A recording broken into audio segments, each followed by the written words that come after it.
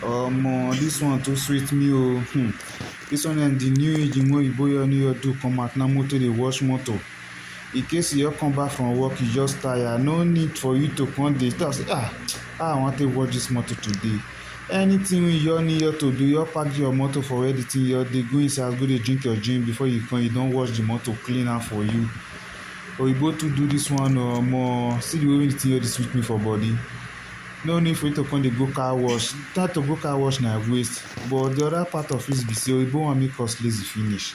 They all dey do everything, dey do AI, do different things to take collect job from man. Before na person suppose wash this motor get money, but oyibo don do machine corner wey go wash am now. The owner no go pay again. Person wey suppose wash this motor now get money for inside now, he don lose.